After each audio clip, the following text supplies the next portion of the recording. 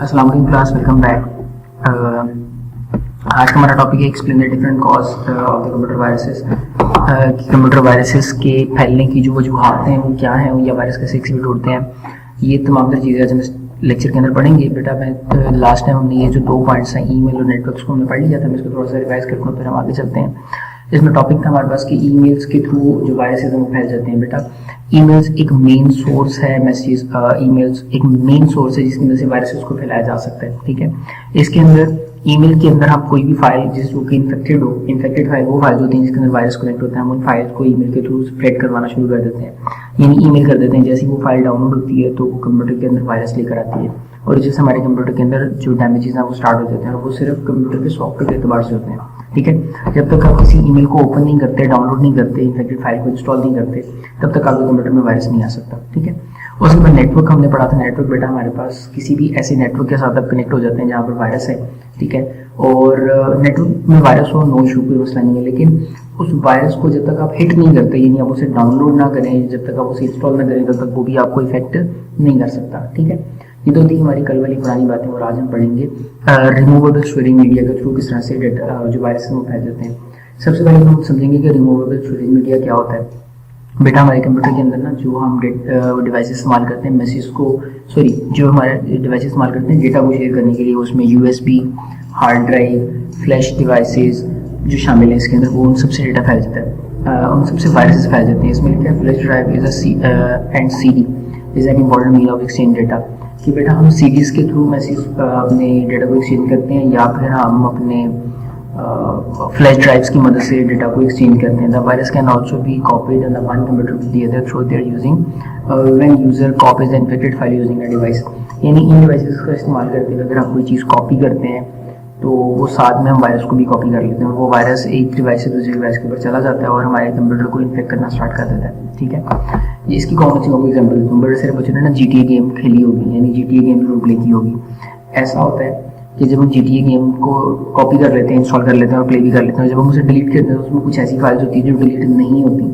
ठीक है, वो कंप्यूटर पे रहती हैं, वो कभी डिलीट नहीं होती। उनको डिलीट करने के लिए हमें एक खास प्रोसीजर से गुजरना पड़ता है, फिर हम उसे डिलीट कर पाते हैं। बेसिकली वो ऐसी फाइल्स होती हैं जो बगैर परमिशन के आपके कंप्यूटर में हर टाइम एक्टिवेट रहती हैं। ठीक है, तो उसको भी आप वायरस कह सकते हैं। नेक्स्ट हमारे पास आता है पायरेटेड सॉफ्टवेयर। बेटा ये बहुत बड़ा मेजर एक हमारे पास एक है तरीका का जिससे वायरसेस फैलते हैं। ठीक है, तो पायरेटेड सॉफ्टवेयर वो सॉफ्टवेयर होते हैं जो कि आप इलीगली अपने कंप्यूटर के अंदर इंस्टॉल कर लेते हैं। ठीक है, जैसे बेटा हम पाकिस्तानी हैं, हम ना वायरस सॉफ्टवेयर को खरीद नहीं पाते प्रॉपर वे से। ठीक है, तो क्या होता है कि हम ना उनको फिर उनकी पायरेटेड कॉपीज यानी उनको इलीगली एक्सेस कर लेते हैं। जैसे हमारे पास कोरल ड्रा है, कोरल ड्रा 2020, उसकी जो एक्चुअल कीमत है वो गालबन $200 समथिंग है। चेक कर लेते हैं, यहाँ पर ये है कोरल 2030 प्राइस इन पाकिस्तान इसकी प्राइस क्या है, ये इतने का है। ठीक है, तो जाहिर है हमने इतने पैसे पे नहीं किए कोरल ड्रा को यूज़ करने के लिए। चलें मैं और भी सॉर्ट चेक करते हैं। Office 2013 price in Pakistan, office 2013 कितने का, ये office 2013 365 and available in store के अंदर अवेलेबल है अमेजोन के, तो उसका तो मुझे नहीं चाहिए, मुझे तो प्राइस चाहिए। ये इंडियन रुपी के अंदर आप बता रहे इतने का।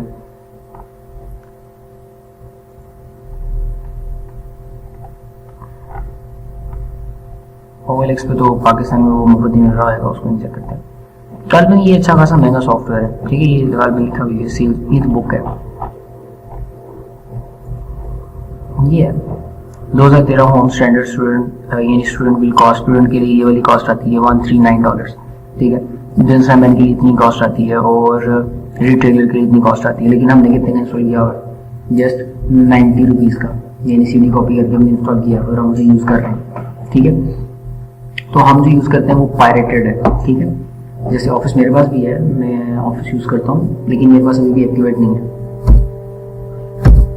ठीक है, ये ऑफिस 2010 है मेरे पास, जो मैं यूज़ करता हूँ, लेकिन ये अभी पायरेटेड, ये अभी तक इसमें वायरस मैंने इंस्टॉल नहीं किया, ठीक है। ओके, तो चलते हैं अपने ऑफिस सॉफ्टवेयर के पास। तो बेटा जब हम इस तरह की वायरस कंप्यूटर सॉफ्टवेयर इंस्टॉल करते हैं तो हमारे कंप्यूटर के अंदर वायरस आ जाता है, ठीक है। इसको पढ़ लेते हैं। इसमें इलीगल कॉपी होता है software called pirated software, illegal जो कॉपी होती है हम उसे पायरेटेड सॉफ्टवेयर कहते हैं। Virus can spread if the user install the pirated software that contain a virus. जब आप ऐसा सॉफ्टवेयर इंस्टॉल कर लेते हो जो कि पायरेटेड होता है और वो वायरस अपने पास रखते हैं, तो फिर हमारे कंप्यूटर में भी वायरस आ जाता है। The variant for the pirated software available in CD के अंदर पायरेटेड सॉफ्टवेयर में मिल जाते हैं, इंटरनेट के ऊपर मिल जाते हैं। Some companies intentionally add the viruses to the software. कुछ ऐसी कंपनीज होती हैं वो जानबूझ के अपने कंप्यूटर सॉफ्टवेयर के अंदर वायरस रखती हैं। माइक्रोसॉफ्ट भी अपने सॉफ्टवेयर के अंदर वायरस रखती है कि अगर हम उसे इलीगली एक्सेस करें तो वो हमारे कंप्यूटर को डैमेज करे या फिर हमारी फाइल्स को डैमेज करे, वो करता है, ठीक है। ये उनका राइट भी बनता है वैसे। A virus is automatically activated if the user use the software without purchasing a license. यानी आप उसका जब लाइसेंस बाय नहीं करते और आप उसे ऑनलाइन ही यूज, यानी उसे बगैर बाय किए आप उसे यूज करते हैं, तो वो ज़ाहिर है कोई ना कोई डिफेक्ट भी आपको दिखाता है साथ में, ठीक है। उसके बाद बेटा हमारे पास आ जाता है activation of viruses. Important short question है, ठीक है। Activation of virus, when a computer virus start working it's called the activation of virus. यानी जब हमारा जो वायरस है वो काम करना स्टार्ट करता है, ठीक है, उसे ही एक्टिवेशन ऑफ वायरस कहते हैं। Virus is normally run all the time in the computer. यानी कंप्यूटर के अंदर हर टाइम हमारा वायरस काम कर रहा होता है, वो बंद नहीं होता, क्योंकि अगर बंद हो जाए तो हम उसे डिलीट भी कर सकते हैं, लेकिन बंद ही नहीं होगा तो डिलीट भी नहीं कर सकते, ठीक है। Different virus are attach in a different ways. मुख्तलिफ तरीकों के साथ हमारे जो वायरसेस है वो कंप्यूटर के साथ हमारे कनेक्ट हो जाते हैं। इसके अंदर ये वर्ड तुमसे वो थोड़ा सा ज़्यादा वो मुड़ा हुआ है, इसमें आई डोंट नो क्या लिखा हुआ है, virus are activated on a certain date, कि बेटा अच्छा many viruses are attach on activated on a certain date, के कुछ वायरसेस होते हैं जो खास डेट के ऊपर ही एक्टिवेट होते हैं।